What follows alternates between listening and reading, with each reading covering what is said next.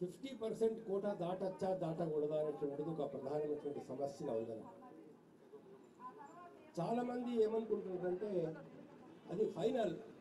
అంటే మొన్న even Patna high court కూడా దాదాపు అదే బేసిస్ మీద 50% కోటా దాటకూడదు అనేటువంటి దాని మీదనే బీహార్ గవర్నమెంట్ చేసినటువంటి ఒక రిజర్వేషన్స్ను పెంచిన రిజర్వేషన్స్ను వాళ్ళు కొట్టివేయడం జరిగింది.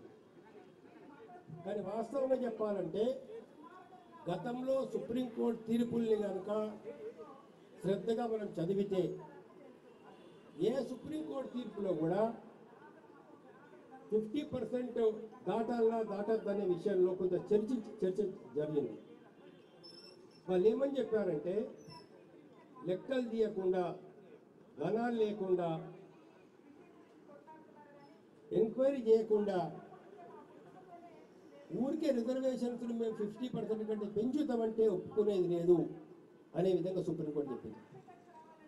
అంటే ఇదివరకు ఏం చేశారంటే ముస్లిమ్స్కి రిజర్వేషన్ ఇచ్చేటప్పుడు లేకపోతే వేరే వాళ్ళకి రిజర్వేషన్స్ ఇచ్చేటప్పుడు ఎలాంటి లెక్కలు తీయకుండానే వీళ్ళకి ఇంత పర్సెంటేజ్ 10% రిజర్వేషన్ అని ఇంకోళ్ళకి ఇంకో % రిజర్వేషన్ అని ఇలా ఇవ్వడం అనేది జరిగింది. ఇవాళ మొన్న పాట్నా హైకోర్టు చేసినటువంటి ఒక పొరపాటు ఏంటంటే సుప్రీంకోర్టు తీర్పు 2 రకాలు చెప్పినప్పుడు గణన చేసి లెక్కలు తీసి సర్వే చేసి అన్ని వివరాలు సేకరించిన సందర్భంగా 50% పెంచవచ్చు అని చెప్పినప్పుడు దాన్ని ఇవాళ వాళ్ళు పరిగణలోకి తీసుకోలేదు. అది ప్రధానమైన ఇష్యూ.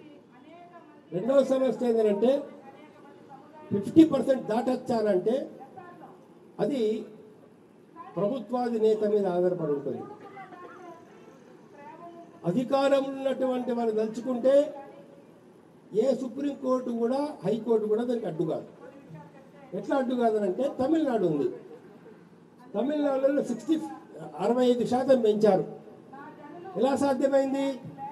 ఆమె చాలా గట్టిగా ఉంది కాబట్టి, చాలా పట్టుదలగా పనిచేసింది కాబట్టి జయలలిత రాష్ట్రపతి దగ్గరికి వెళ్ళి ప్రధానమంత్రి దగ్గరికి వెళ్ళి ఆమెను అక్కడ కొట్లాడి ఆ యొక్క బిల్లును తమిళనాడు చేసినటువంటి ఒక చట్టాన్ని, తమిళనాడు శాసనసభ చేసినటువంటి ఒక చట్టాన్ని రాజ్యాంగంలోని 9వ షెడ్యూల్లో పెట్టించింది. ఒక్కసారి 9వ షెడ్యూల్లోకి పోతే ఏ కోర్టు కూడా దాని గురించి విచారణ చేయాల్సినటువంటి అధికారం పోతుంది. ఇవి రెండు కనుక మన రాష్ట్ర ప్రభుత్వం చేస్తే ఎందుకు చేయాలని చెప్తున్నా అంటే మన రాష్ట్ర ప్రభుత్వానికి కూడా రాహుల్ గాంధీ గారు పదే చెప్తున్నారు, ఈ దేశంలో చాలా అన్యాయం జరిగిపోయింది, బడుగు బలహీన వర్గాలకు చాలా అన్యాయం జరిగింది, వేల సంవత్సరాల నుంచి వీళ్ళకి అన్యాయం జరుగుతున్నది, వాళ్ళకి జనగణన వేయాలా, వాళ్ళకి న్యాయం చేకూర్చాలా అని చెప్పేసి ఇవాళ ఆయన కూడా చెప్తున్నాడు. మీరు నిజంగా రాహుల్ గాంధీని ఫాలో అయ్యే వాళ్ళు అయితే ఆ నినాదం మీద మీరు గెలిచినారు కాబట్టి ఇవాళ రాష్ట్ర ప్రభుత్వం కూడా బాధ్యత ఏంటంటే వెంటనే వీరంత తొందరగా ఒక సర్వే చేయించి అన్ని వివరాలు సేకరించి ఆ వివరాల ప్రకారంగా రిజర్వేషన్స్ కోటాని పెంచి కేంద్ర ప్రభుత్వంతో కొట్లాడి దాన్ని 9th షెడ్యూల్లో పెట్టించడానికి ప్రయత్నం చేయాలి. అయితే కేంద్ర ప్రభుత్వం ఒప్పుకుంటుందా ఒప్పుకోదా, ఎప్పుడు ఎట్లా జరుగుతుంది అది వేరే విషయం. కానీ ఈ రెండు కనుక జరిగితే అయితే కేంద్ర ప్రభుత్వం ఒప్పుకోవాలా, అయితే సుప్రీంకోర్టులో మనం సుప్రీంకోర్టు ఒప్పించగలగాలా, ఇది సర్వే ప్రకారంగా జరిగింది కాబట్టి మీరు దీన్ని డిస్టర్బ్ చేయడానికి వీల్లేదు అనే విధంగా మన సుప్రీంకోర్టు ఒప్పించాల్సిన అవసరం ఉంది.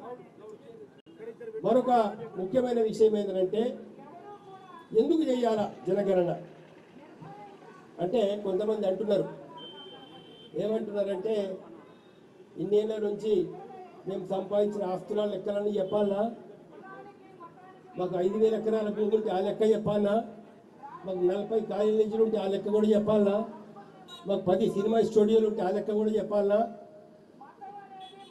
లేకుంటే మా తాతల నుంచి మంత్రులుగా చేసేస్తే మేము అవన్నీ లెక్కలు చెప్పాలనా అంటున్నారు. ఎందుకంటున్నారు? ఇన్ని రోజుల నుంచి భారత ప్రజల్ని ఇక్కడ ఉండేటటువంటి పేదవాళ్ళని దోచుకొని ఎంత కోటాను కోట్లు సంపాదించినటువంటి వాళ్ళు పెద్దవాళ్ళు ఉన్నారు, వాళ్ళ యొక్క భాగోతం బయటపడుతుందని చెప్పేసి ఇవాళ జనగణన వద్దు అని చెప్పేసి వాళ్ళు చెప్తా ఉన్నారు. ఇంకో వేరే కారణం ఏం లేదు.